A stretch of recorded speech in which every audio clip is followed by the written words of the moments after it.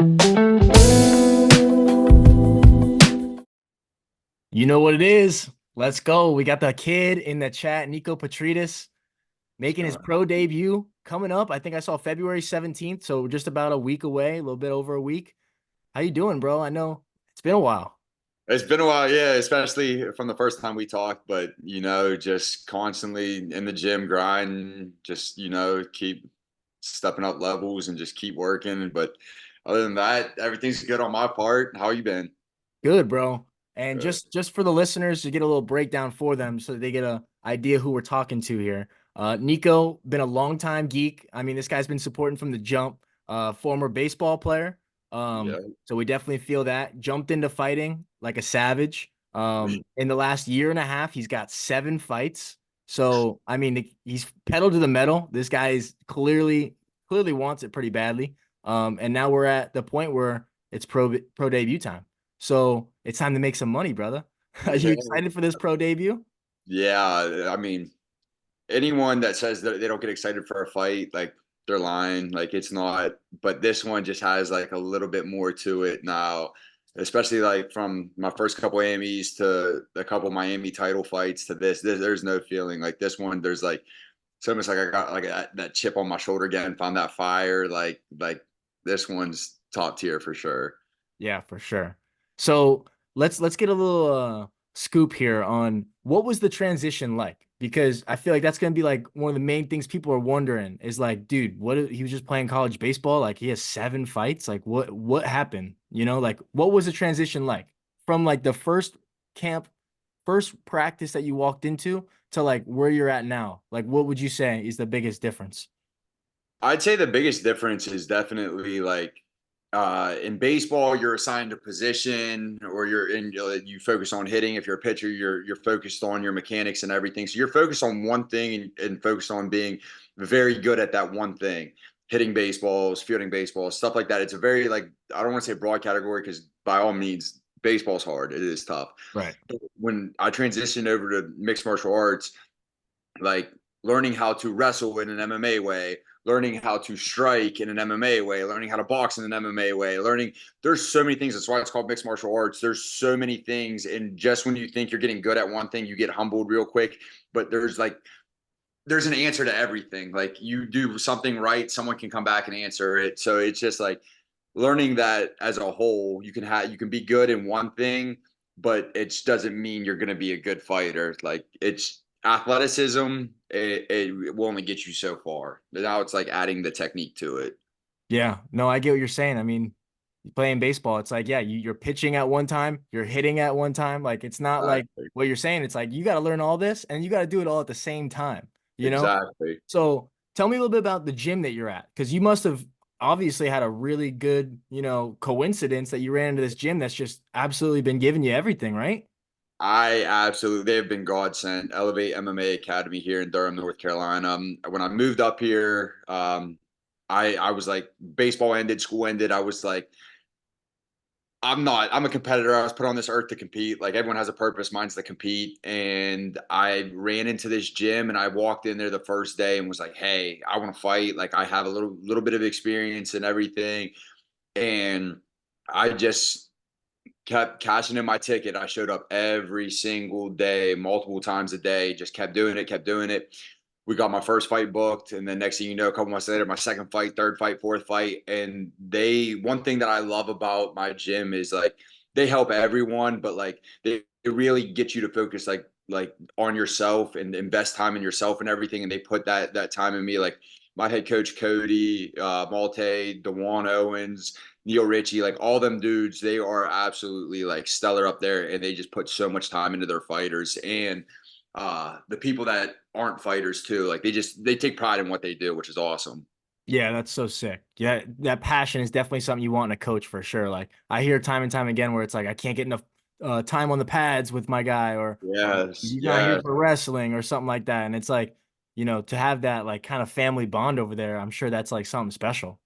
It's bar none. Like it's awesome. It's more. They're not my coaches. They're family. Facts. So we got the pro debut coming up February 17th. Can you tell us a little bit about maybe the matchup? How did this all come into play? Why did you decide to go pro when you did? That I mean, that's an awesome question. I actually had a title fight back in October. Didn't go my way, but it was just to the point where like I like I said, I think I learned a lot from that fight and everything, and where I was going with my amateur career, I was going to be fighting top of the top dogs, put myself through camps fighting one and two guys in the state as an amateur, and that's kind of when I went to my coach and was just like, what do you think about if we find the right matchup and we like it and we go out there? And he was just like, it doesn't make sense for you to keep putting on these taxing camps and everything to fight these top level guys and you're not getting paid for it. He was like, let's if this is what you want to do and you're going to invest in yourself and everything, I'm going to invest in you. And I think it's a great job and a great jump to go pro. And let's do this thing. And we got it going. Dude, that's sick. And that's something that, because a lot of people will be like, oh, he didn't fight much amateur, or, he should have stayed amateur for longer. And it's like, there's another side to the token. It's like, yeah, you're getting experience, but if you're good and you're fighting, like, your record's gonna start to get good, and a lot of guys aren't gonna fight you. You know what I'm Oh saying? yeah. Oh, it was. We went through a time where I wanted to fight every 2, 3 months. I wanted 4 fights, 5 fights a year. My coaches were on board on it. Everyone was on board with it. There was one time we went like 5 or 6 months without no one accepting a fight and everything. It honestly it wore on me as a person because I'm like what am I doing? Like that's when I had to dig deep, find myself. Like you still got to go to the gym, you still got to treat it like you have a fight, but it's just like it's so tough. So it's like now that we're moving towards being pro and everything. Now it's like every day matters, every fight matters. So now it's to a point where like I'm starting to see both sides of it. Yeah, dude, that's such an interesting point. Because yeah, man, I definitely does get to a point where it's like, dude, you know what? What I'm doing here on the amateur scene, it's like, this ain't worth it anymore. You know? I've seen plenty of great amateur fighters like completely stop because like Amy fighting, like you don't understand, like most people don't understand how many fighters pull out of fights and drop out of fights and fights fall through. Like it happens so much. I think it's happened out of 2 years of fighting. I've had like 5 fights or 6 fights fall through, and I know a lot of people they're just like, I'm not dealing with this anymore. I'm done with this. I'm gonna go do work my 9 to 5 now and everything. And I see so many Amy fighters walk away from the fight game because it doesn't work their way. That's crazy. Yeah, I Yeah. mean, it's real. It's a real thing. So, do you know anything about this opponent? His name is John Linku. I'm just gonna say Linku. He's looks like he's 0-1, so he's got one bout. Pretty good matchup for you, I would imagine. What do you know about him? Me and my team, we've done our tape study and everything, looking at it, but it's more or less. I mean, he's a tough competitor. If you go back to his AMI record, other than that one fight, like he's a durable guy. He's strong. He's gonna go out there and fight. But at the end of the day, one thing my coach always says: if someone signs on that dotted line, they wholeheartedly, 100% think that they can beat you. And I signed that dotted line, and I think I can beat him. I think it's a matchup. So I think stylistically, I like it. I think I get to go out there and show everyone that like there's levels to this, and I haven't even hit the ceiling or the roof yet. Like I'm getting better each day, each fight, and I can't wait to go out there and just show everyone that.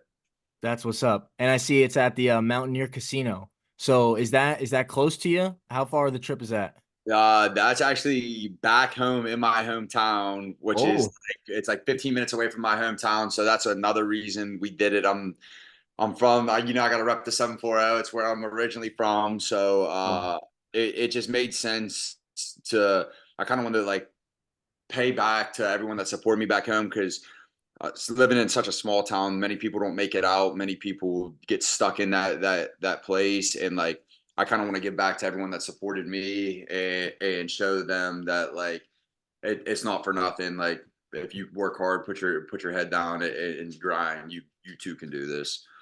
yeah, dude, that's awesome, bro. So I imagine you're gonna be selling hella tickets. That's gonna be a great turnout. I mean, I'm sure the promoter is like, hell yeah, this is your hometown. Let's get Yeah. on. Yeah, we're trying to get Mountaineer jumping. We're gonna sit there. We're gonna have a good time. We're gonna put on a show. I mean, there's I think 10, 11 fights. So we're just gonna go out there. It's gonna be an explosive night, and it's just gonna be a highlight reel movie, and that's Fact. that's what we're going for.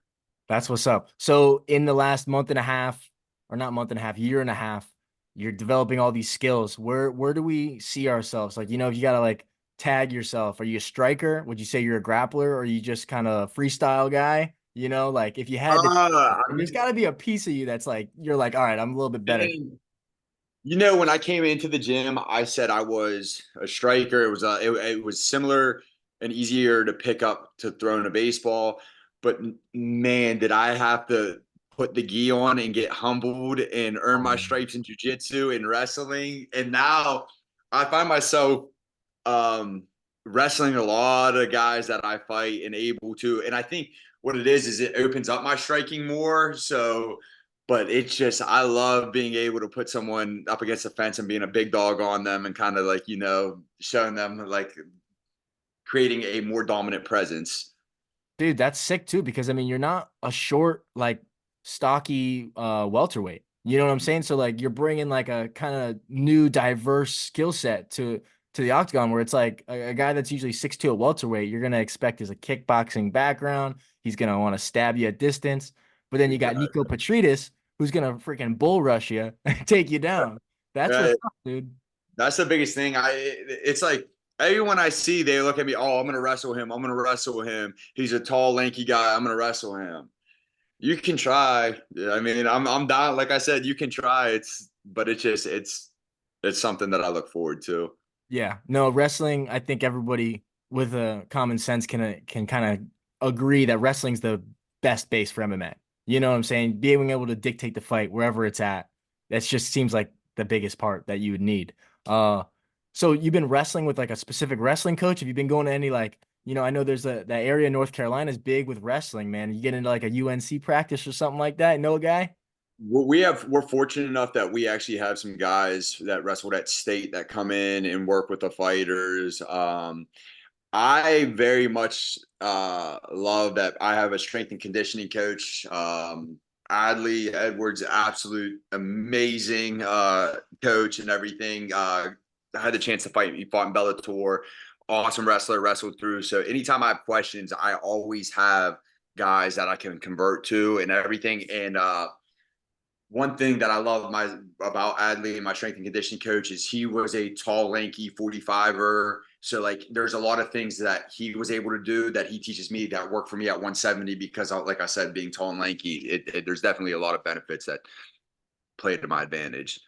Yeah, dude, that's sick. So do you see yourself kind of staying at elevation for or is it elevate for the direct duration of your career? Or can you see yourself, expanding out, maybe going for a camp at American Top Team or one of these big gyms that is known for these big guys like Killcliff and these places that literally are known for having like the entire UFC roster of welterweights in their room?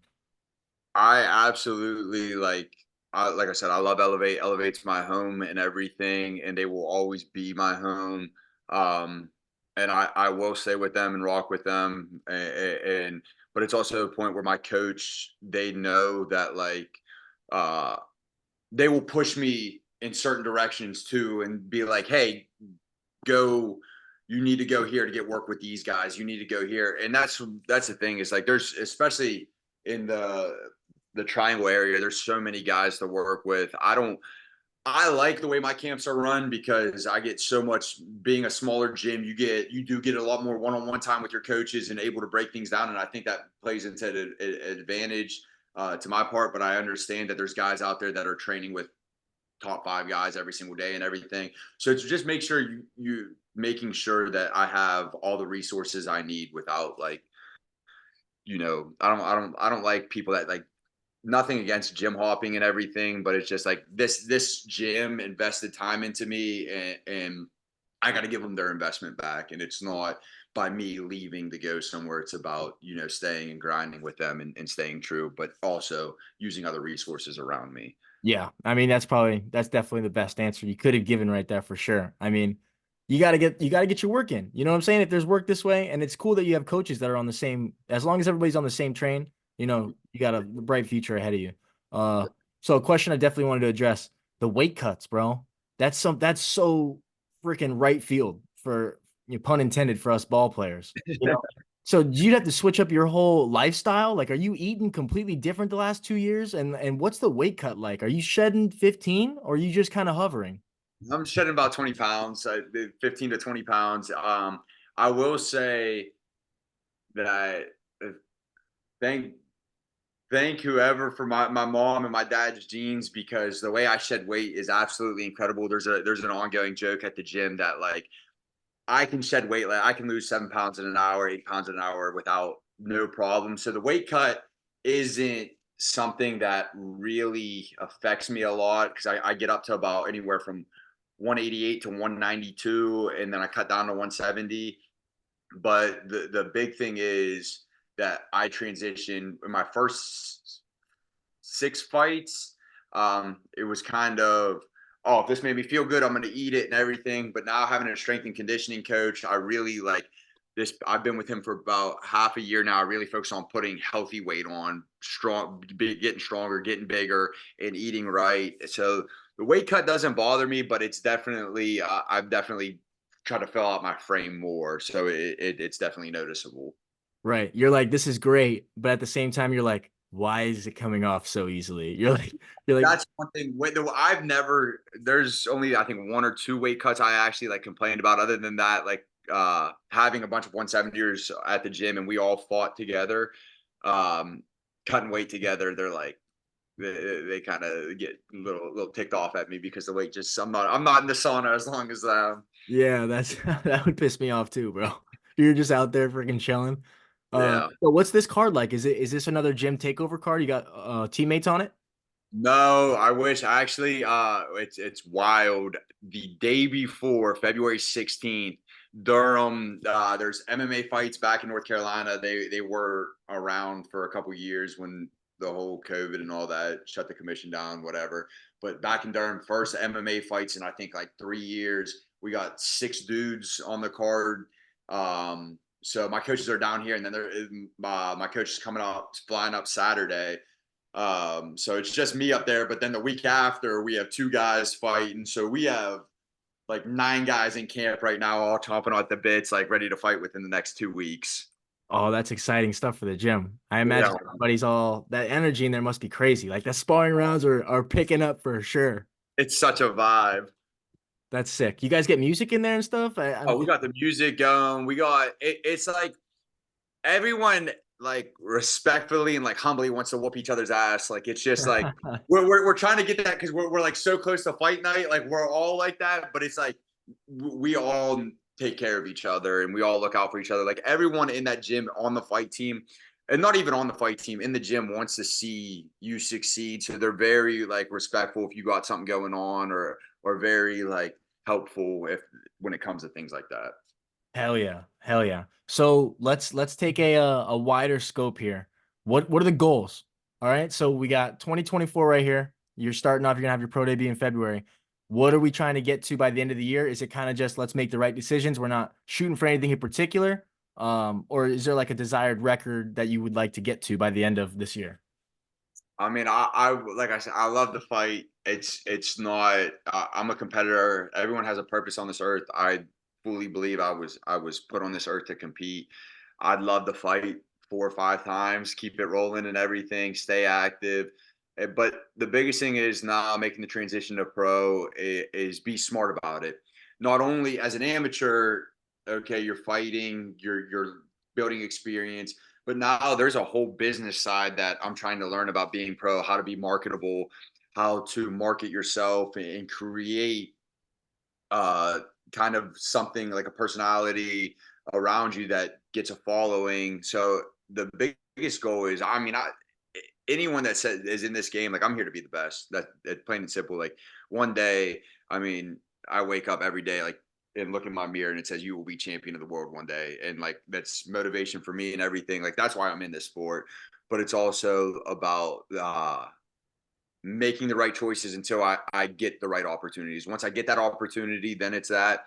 But I mean, I'd love to stay undefeated this year. I'd love to fight 4 or 5 times, and then hopefully just keep knocking down the door until I can make it on the big stage. Right. And then that was kind of leading right into my next question is big stage. So world champion, that could be in a couple different promotions. I know some people weigh other promotions more than they weigh other promotions. Is there a particular path that you like see yourself when you close your eyes and that's where you want to be? Or is it kind of just going to be like you're saying the best opportunity? oh my bad, the best opportunity that comes up, because PFL just bought Bellator, so they got big things on the rise. You got time. Exactly. Obviously UFC Contender Series, these kinds of things. What are you thinking? I think the biggest thing about it, and I've seen it with some people's careers and everything. I mean, all those organizations are amazing.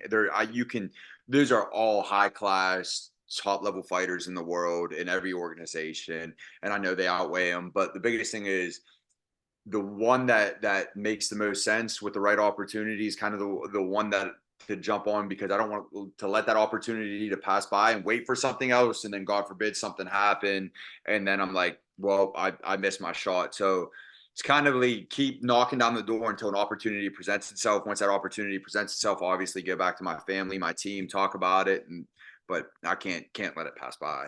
Right. So more often than not, it's gonna be who comes first.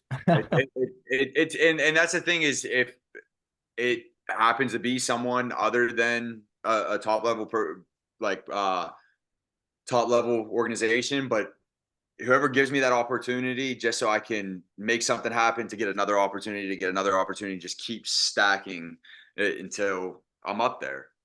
Yeah, dude, that's such a great outlook to have on it, It's because a lot of people will think like, "Oh man, well if I go to the PFL, there goes my UFC chances," or vice versa. And it's just not true. It's just not true. It's like, it's how you handle your business. Obviously you're going to sign a contract, it's however many fights, but whatever you do in those fights, you don't have to re-sign. There's all different gateways. I think people think of it as like you enter this door and it's like a door that never ends. It's like you're there forever.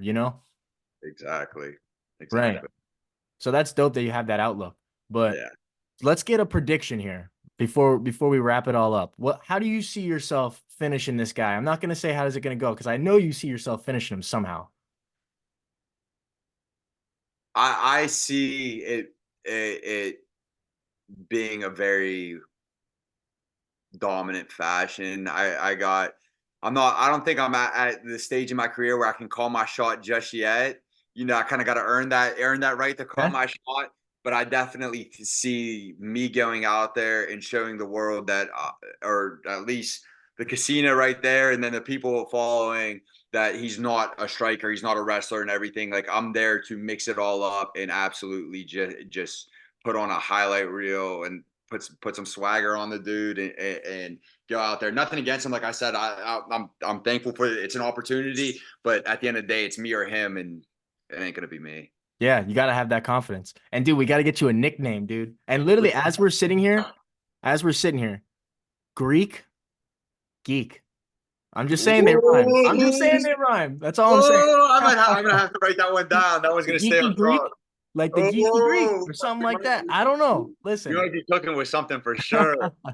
hey, You they might have rhyme. something in the works. That would be sick as hell. I Yeah, mean, I don't know if it ties into anything else, but you are OG Geek, and we do yeah. freaking appreciate you, Later bro. on, I'm always rocking with the geeks. Let's go, bro. Well, we got to get you back on after you finish this, dude. I know you're too humble to say that you're gonna finish this, dude, but after you finish this, dude, we'll get you back on the Geeks. We'll talk about the next fight. We'll get you all lined up, bro. But dude, thanks for coming on. It's always a pleasure, bro. And we appreciate you so much. I appreciate the opportunity and allowing me to do this. It's amazing. Of It's course, amazing. bro. We got to build that brand, bro. We got Yeah, to build that's what that we're trying brand. to do. We're trying to do. Hell yeah, bro. All right. Well, it's good catching up with you. Everybody, thanks for tuning into the Geeks Chat. Drop a like, comment, subscribe. Make sure you tune in to see how Niko finishes this dude. And let's get him to the big show. Let's get it, man.